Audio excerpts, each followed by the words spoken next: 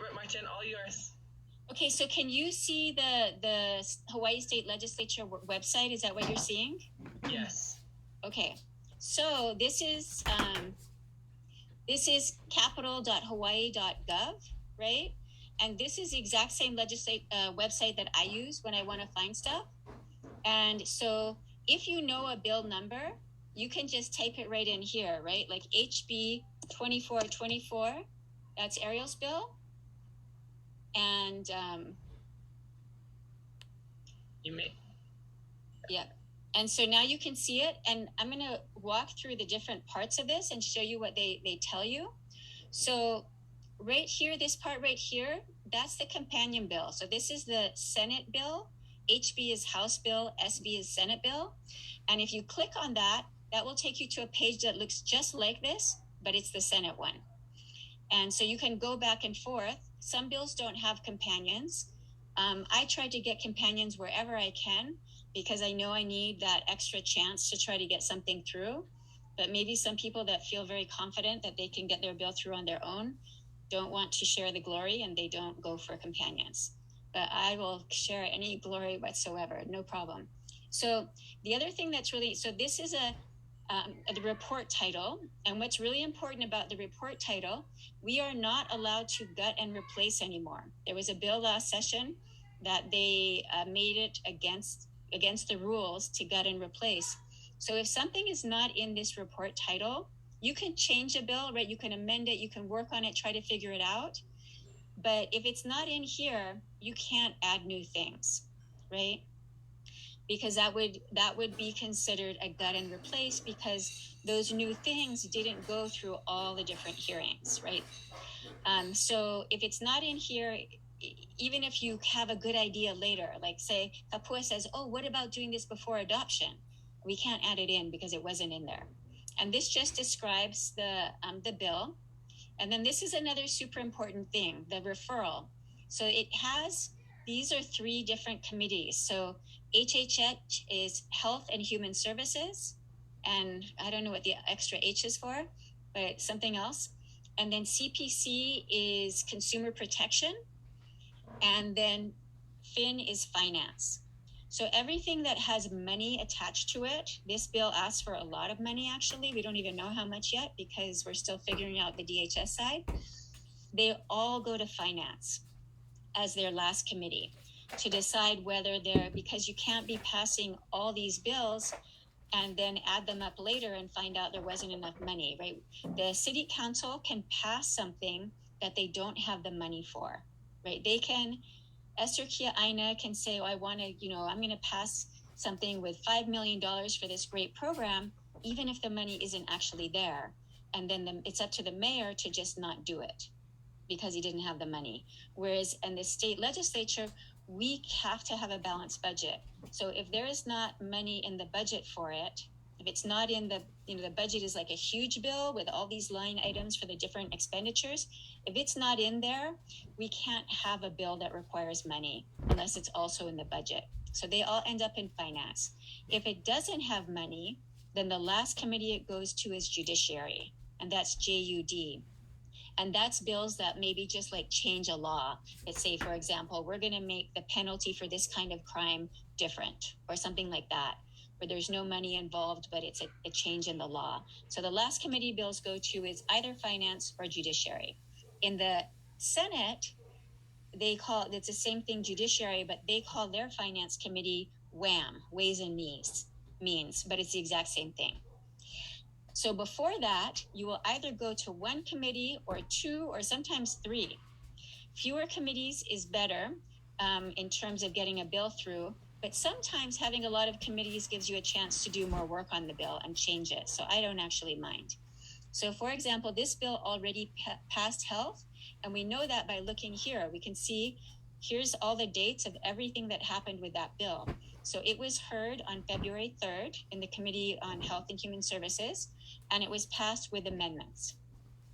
And so the committee chair, which is not me, he will change it. And I can, for example, I can try to work with DHS on the things that are problematic about the bill, and I can give him a draft, that he could work with, and he can either choose to use my draft or not, right? I don't have any control over this bill after I introduce it. It's the committee chairs that have the control to hear it, to pass it, and to amend it.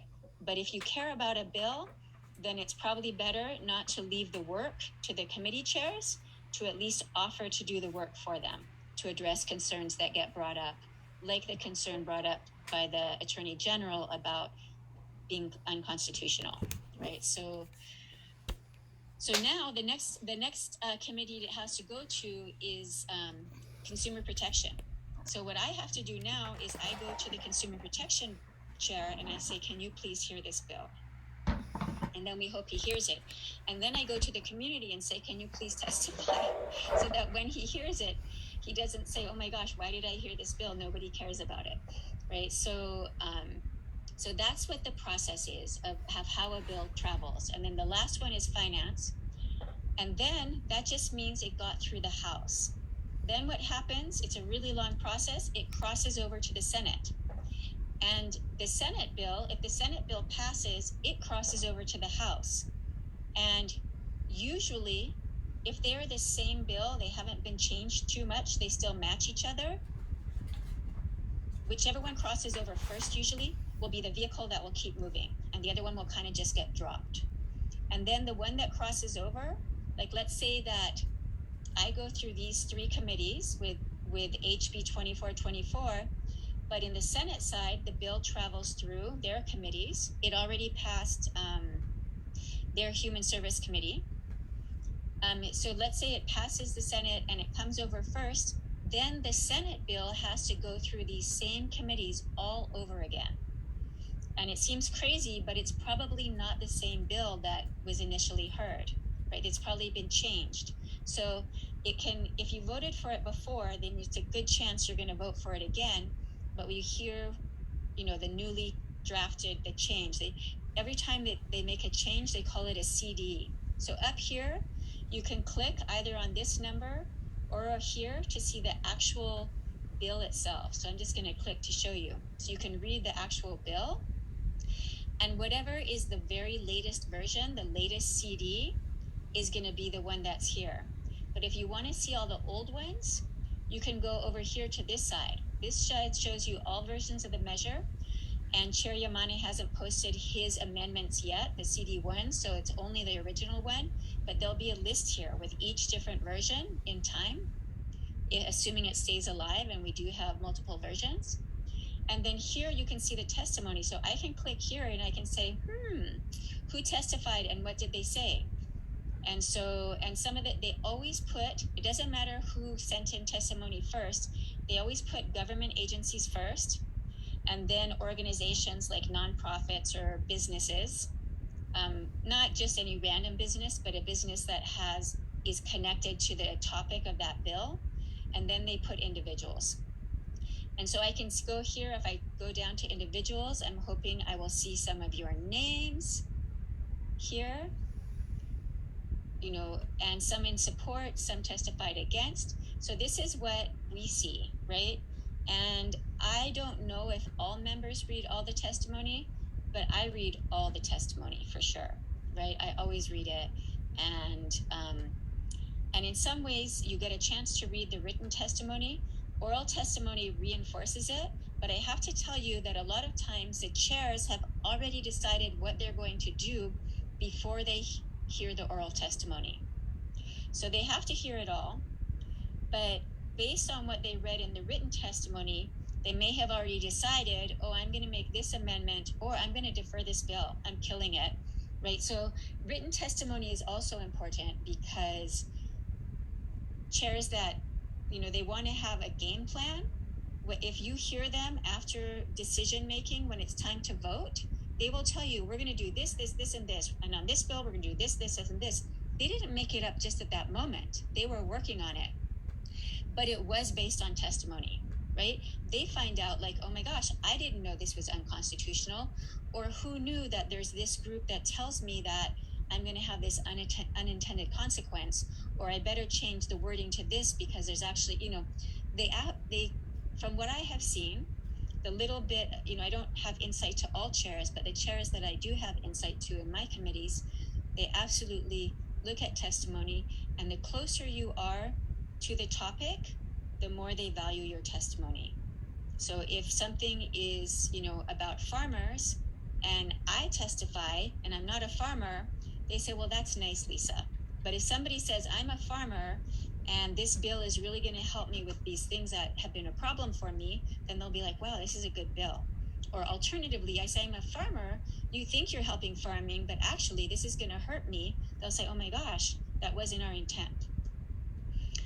So that's how the testimony works. And then down here, this is hearing notices. And so, this is a past one, but you can see, and this YouTube link is great. I use it because my committees are not necessarily aligned with my bills. So my bill may be heard in a certain committee while I'm in my committee. And so I can't even watch it, but I can go to YouTube and I can watch the hearing. And the great thing is I can fast forward. Oops.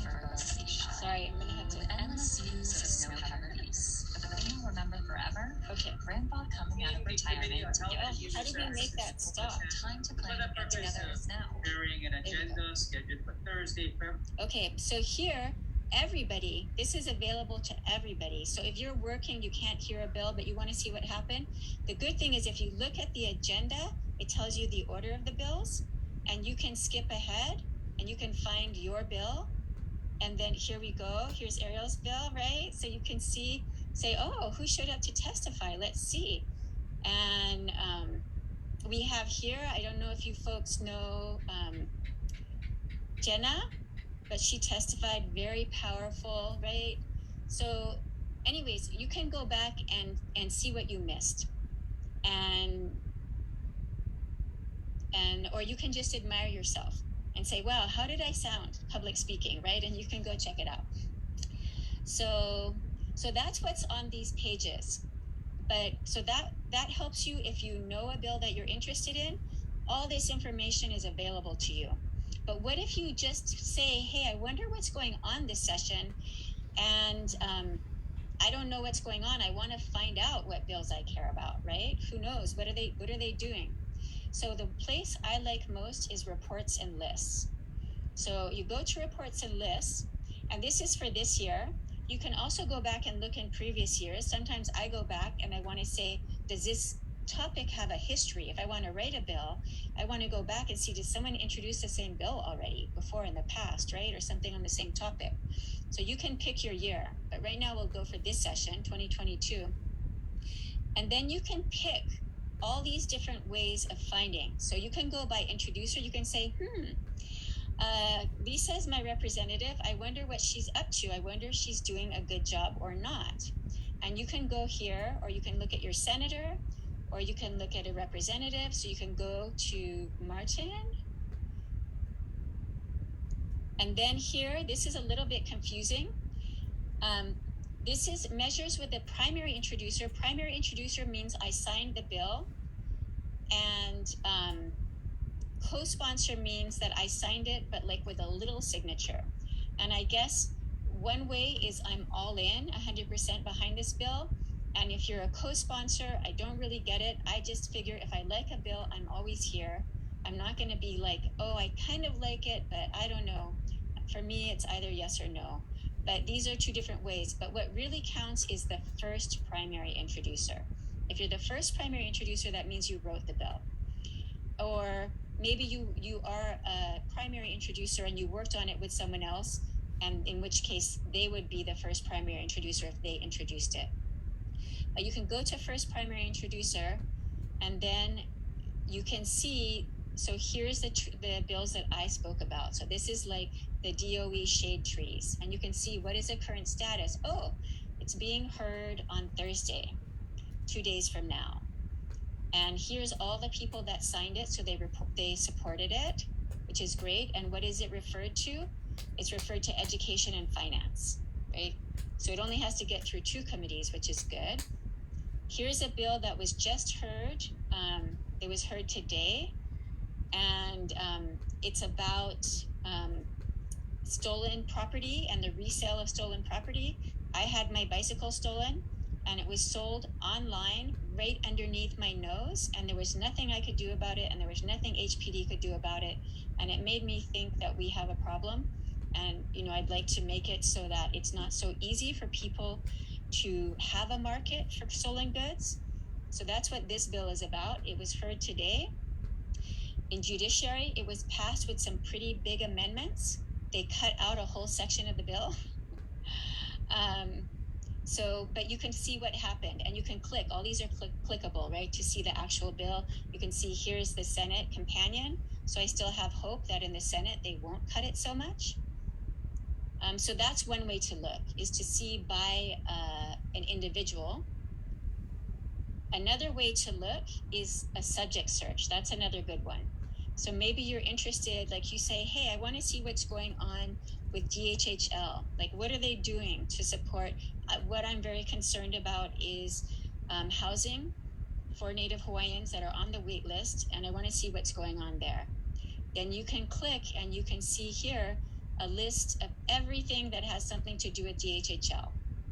And if you like what you read, or you're interested in what you read, that's when you click to see the whole bill. And if you read it and you say, that sounds stupid, okay, then you don't have to take time to read the whole bill. And you can also see the status. When you see something like right now is the deadline, they have a deadline. If you have a triple referral, meaning it goes to 3 committees like this, there's a deadline that's in a couple days. If it wasn't heard by then, it's dead. It's not going anywhere. There won't be time to go through 3 committees after that date. So the chairs all try to hear first. They don't necessarily hear their favorite bills first. They hear the ones with a triple referral first. And if you see something like this, where it has a slash, that's where you have a joint hearing. And so like yesterday, or the hearing that Kapua attended today, was a joint hearing between Health and EEP, my committee, on Red Hill. And so that way you get a hearing out of the way at the same time with more than one committee. And then you can see like this one just has two hearings, and it hasn't had any sort of hearing yet. But these ones with three referrals are either scheduled to be heard or they have been heard. And if they haven't, like this one, by Representative Ward about casinos and gambling and stuff, I guarantee you this one will never be heard. It will never go anywhere because there's not support for that. And so they gave it a really tough referral, and it hasn't been referred yet. I mean, it hasn't gotten a hearing, which means that it's not going anywhere. So that's a lot of information, but now that you've been exposed to it, you can kind of see, you can also do measure tracking. You can decide you like a bill and you want to get hearing notifications every time there's a hearing so you can testify. So you can make your own list of bills that you're interested in, and that this is my account. But you can make your own list and then sign up to have hearing notifications every time. And if there's anything that you want to do and you can't remember how to do it, you can call my office, and my office manager will walk you through it while you're looking at your computer and she's looking at her computer, and you can click as you talk and make sure that you understand how to use the system, because that's our job.